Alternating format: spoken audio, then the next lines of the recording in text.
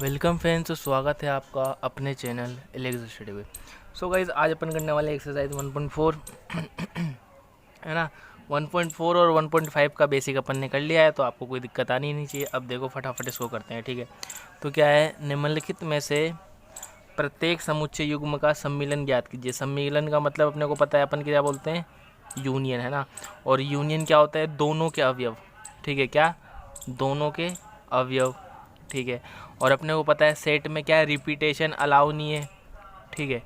Repetition क्या है, allow नहीं है ना।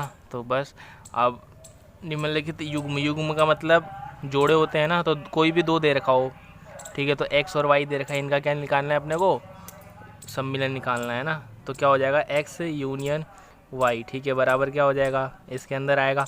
अब एक्स में देख लो क्या है, 1 3 5, वाई में देख लो 1 2 3, है ना। तो इसमें क्या आ जाएगा, 1 2 3 5, ठीक है, यही आ जाएगा, है ना। ठीक है, दूसरा देखो ए ई आई ओ यू, और इसमें क्या है, ए बी सी, है ना।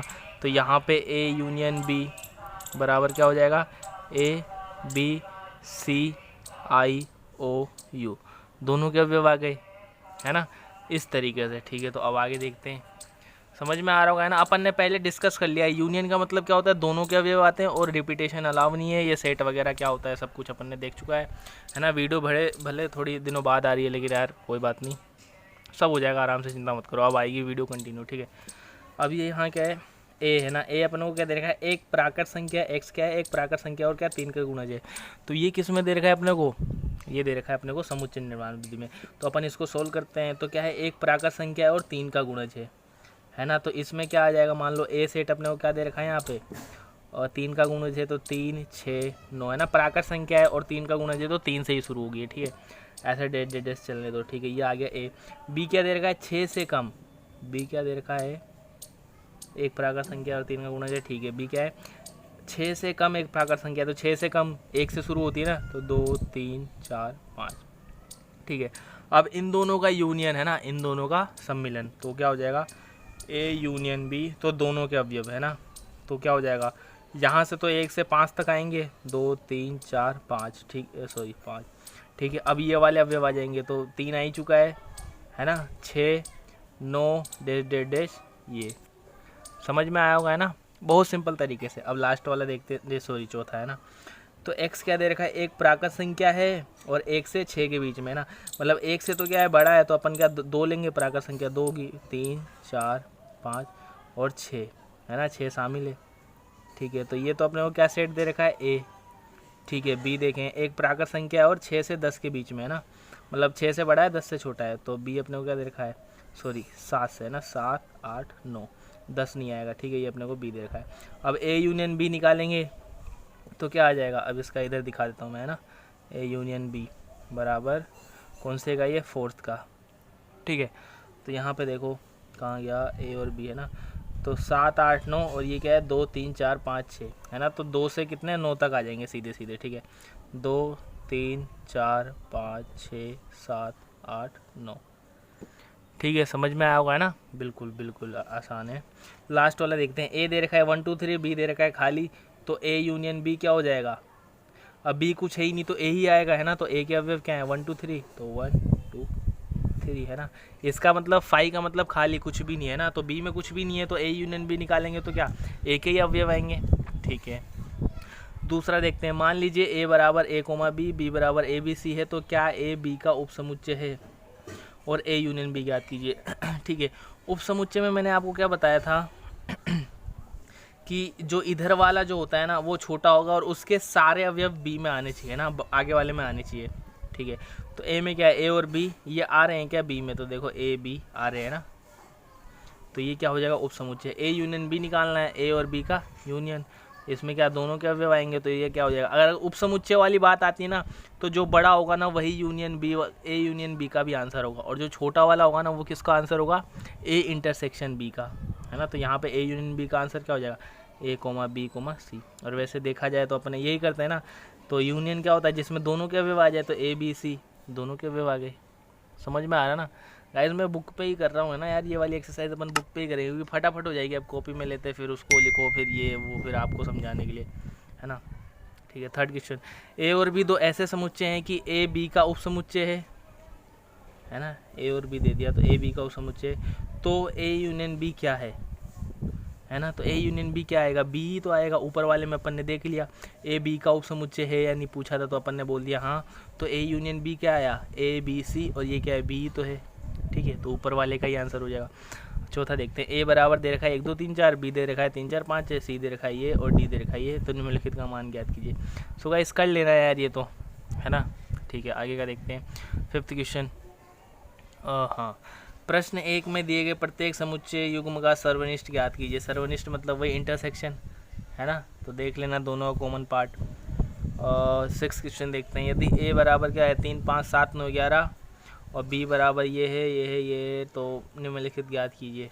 कर लोगे, ठीक है। अपन देखते हैं, मतलब कोई हार्ड वार्ड लगे ना मुझे तो मैं देखता हूँ, है ना, क्योंकि ये सारी चीज़ें समझाई हुई है यार अपने, अगर आपने बेसिक किया है ना तो ये तो आराम से कर दोगे। आप खुद ही बोलोगे भैया आप या तो वो पायूस पोस्ट कर दो, है ना, टाइमर लगा दो, हम खुद सोल्व कर लेंगे। तो यार ऐसे नहीं, मैं जानता हूँ आप हो समझदार, है ना, ठीक है।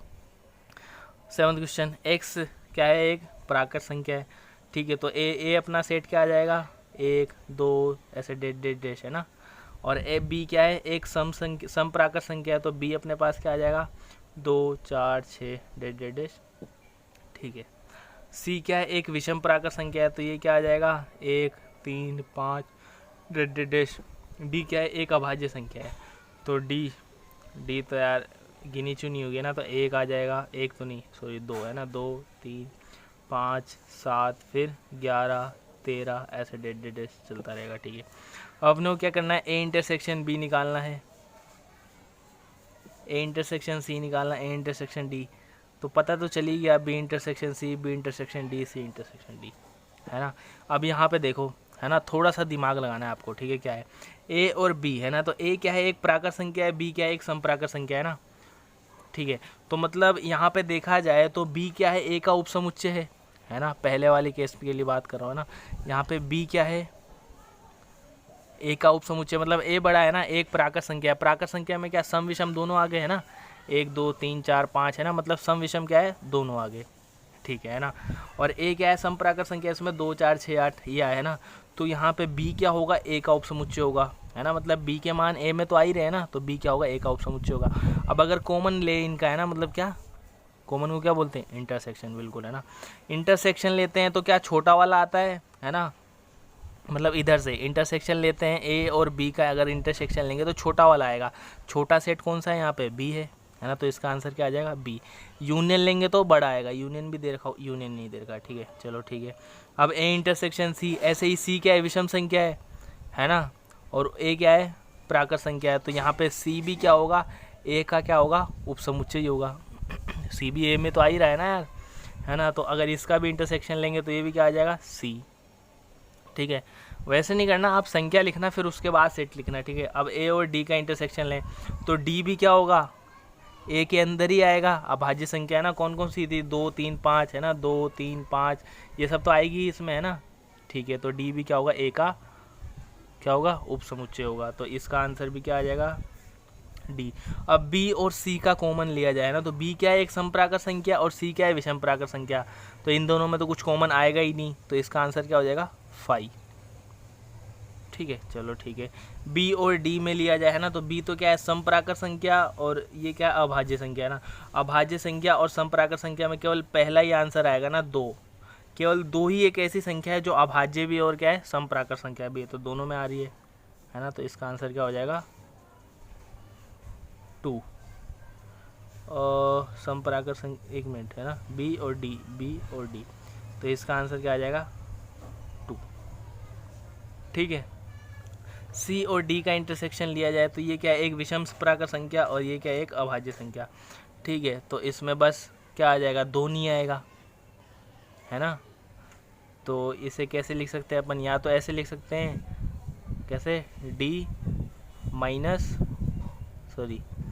सी और डी का इंटरसेक्शन, तो बड़ा कौन सा होगा, नॉर्मली सी बड़ा होगा, है ना, ये अभाज्य संख्या है, क्योंकि है ना, नॉर्मली अभाज्य संख्या ही, अभाज्य संख्या क्या होती है, सारी विषम संख्या होती है केवल 2 को छोड़ के, है ना, 1 3 5 7 9, इसमें कहाँ है 3 5 7 9 ऐसे करके, तो इंटरसेक्शन ले रहे तो डी आएगा, है ना।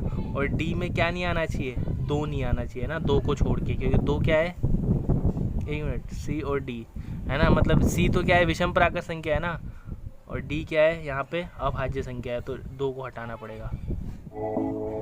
समझ में आ रहा है गाइस, समझ में आ रहा है क्या? हाँ समझ में आ रहा है, ठीक है आगे चलते हैं।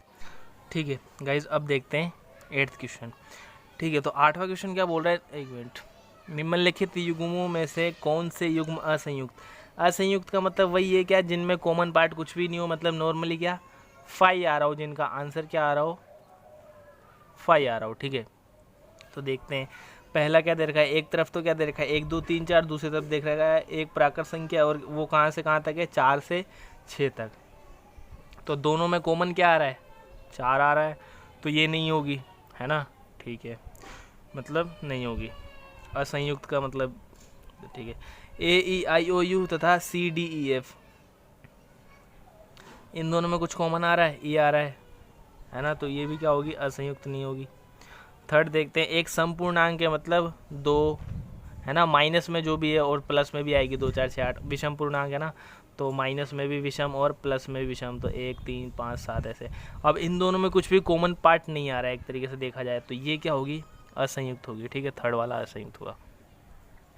9वां क्वेश्चन देखते हैं, ए बी, है ना, तो ए क्या दे रखा है आपको, अब यार ये सब निकालना है ना, ये भी अपन ने देख लिया था, ए माइनस बी क्या होता है, ए माइनस सी क्या होता है। ठीक है ना। वापस एक 2 सवाल कर लेते हैं इसके, चलो, है ना। ए दे रखा है अपने को 3 6 9 12 15 18 21, बी दे रखा है 4 8 12 16 20, सी 2 4 6 8 10 12 14 16, और डी दे रखा है 5 10 15 20, है ना। तो निम्नलिखित को ज्ञात कीजिए।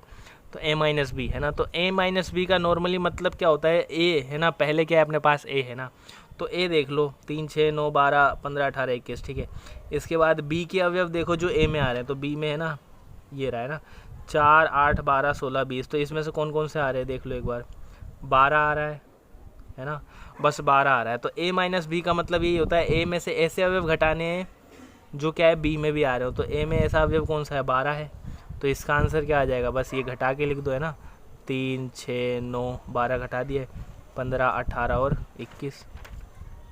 ठीक है, ए माइनस बी हो गया। ऐसे ही ए माइनस सी, तो ए में ऐसे अवयव जो सी में आ रहे हैं ना, मतलब हाँ सी में भी आ रहे हैं, तो कौन कौन से हो जाएंगे, अब देखो यहाँ पे 6, ठीक है, 12 और बस, है ना, 6 और 12 घटाना है अपने को। ठीक है, तो इसका आंसर क्या हो जाएगा, 3 9 15 18 21। समझ में आ रहा है गाइस। ऐसे ही ए माइनस डी, तो ऐसे अभी जो मतलब डी में भी हैं वो घटाने होंगे, तो क्या है 5 10 15 20, तो इसमें क्या आ रहे हैं 15 आ रहा है बस, है ना। तो इसका आंसर क्या हो जाएगा, 3 6 9 12 15 तो आएगा नहीं, 18 21। ठीक है, ऐसे ही कर लेना बाकी भी। ठीक है, टाइम ख़राब नहीं करूँगा यार, थोड़ा तो कुछ करोगे ही, है ना, आता तो है ही आपको। चलो ठीक है, फटाफट ख़त्म करते हैं इसको। सो गाइस 10th क्वेश्चन दे रखा है अपने को, रुक जाओ यार, अब ठीक है, 1 मिनट, है ना। हाँ, तो 10th क्वेश्चन दे रखा है, x बराबर A B C D, Y बराबर एफ बी जी डी, तो निम्नलिखित को ज्ञात कीजिए। x माइनस वाई, पहले वाला ही कॉन्सेप्ट लगाएंगे, x में ऐसे अवयव घटाने हैं जो y में भी आ रहे हैं, क्या क्या आ रहे हैं, b और d घटा दो, तो इसका आंसर क्या हो जाएगा, a, c। ठीक है, y माइनस एक्स, तो y में से ऐसे अवयव घटाओ जो x में भी आ रहे हैं, तो क्या आ रहे हैं, b और d तो आ रहे हैं ना, तो इसका आंसर क्या हो जाएगा, f, g। x intersection y, तो दोनों में कॉमन पार्ट b और d, है ना। ठीक है, इस तरीके से कितना आसानी से हो गया ना। चलो ठीक है, यदि r वास्तविक संख्याओं और q परिमेय संख्याओं के समुच्चय हैं, तो r माइनस q क्या होगा, है ना। यहाँ पे देखो, है ना, इसको क्या मैं यहाँ लिख रहा हूँ थोड़ा सा, है ना, अपने पास r तो क्या होता है, वास्तविक संख्याओं का समुच्चय, है ना, मतलब पॉइंट वाले भी आ जाएंगे और पूर्णांक भी आ जाएंगे, है ना। अब यहाँ पे देखो, जैसे मान लो इसमें क्या होंगे, वास्तविक भी आएंगे, वास्तविक ही आएंगे, ठीक है। और q क्या होते हैं, p बटा q का रूप होता है ना, और जहाँ क्या होता है q नॉट इक्वल्स टू 0। अगर r में से q को घटाएं अपन, तो अपना आंसर क्या आएगा, अपना आंसर आएगा वो परिमेय और में वाला जो भी बचता है ना यार, रूट वूट वाले, है ना, रूट वूट वाले, √3 हो गया। जैसे √2 का मान क्या होता है 1.414 और चलता रहता है ना, √3 का 1.732 ऐसे चलता रहता है ना। पाई का मान है ना 22/7 वैसे लेते हैं, लेकिन इसका मान क्या होता है 3.14 और चलता रहता है। इन संख्याओं को क्या बोलते हैं अपन, अपरिमेय संख्या। मतलब परिमेय संख्या घटाएंगे तो अपरिमेय संख्या ही होगी। वास्तविक संख्या बनी ही किस किस से है ना, आर बनी ही किस किस से, तो परिमेय प्लस अपरिमेय। ठीक है, अब क्या कर रहे हैं अपन, परिमेय प्लस अपरिमेय में से परिमेय घटा रहे हैं तो क्या बचेगा, अपरिमेय, है ना। तो इसका आंसर क्या हो जाएगा, अपरिमेय, है ना। और उदाहरण बताया दिया, रूट वाले हो गए, पाई हो गया, ये सब मान। ठीक है, लास्ट क्वेश्चन देखते हैं गाइस। बताइए कि निम्नलिखित कथनों में से प्रत्येक सत्य है या असत्य, अपने उत्तर का औचित्य भी बताइए। ठीक है, 2, 3, 4, 5 तथा 3, 6 असंयुक्त उप समुच्चय है। असंयुक्त का मतलब अपने को पता है आंसर क्या आना चाहिए अपना 5, लेकिन यहाँ पे कॉमन मतलब A इंटरसेक्शन B है ना। असंयुक्त का मतलब ये है कि कॉमन 5 आना चाहिए, है ना। ठीक है, यहाँ पे A इंटरसेक्शन B देखा जाए तो 3 आ रहा है ना, तो ये क्या हो जाएगा, असत्य हो जाएगा। ठीक है, रीजन अपन ने ये दे दिया, चूँकि यहाँ पे A इंटरसेक्शन B क्या है, नॉट इक्वल टू 5 है, ऐसे बोल सकते हैं, या फिर इसके बराबर में क्या है 3 है। ठीक है, दूसरा देखते हैं AEIOU, यहाँ पे क्या ABCD तो A आ रहा है, ये भी क्या होगा, असत्य होगा। ठीक है, आंसर बता ही दोगे, A इंटरसेक्शन क्या B जो भी है ना, नॉट इक्वल टू 5 या फिर A intersection B equal to A आ रहा है ना सेट में। 2, 6, 10, 14, यहाँ पे क्या है 3, 7, 11, 15, है ना, ये देखो। ठीक है, तो ये क्या है, असंयुक्त है, क्यों, क्योंकि A इंटरसेक्शन B यहाँ पे क्या है 5 है।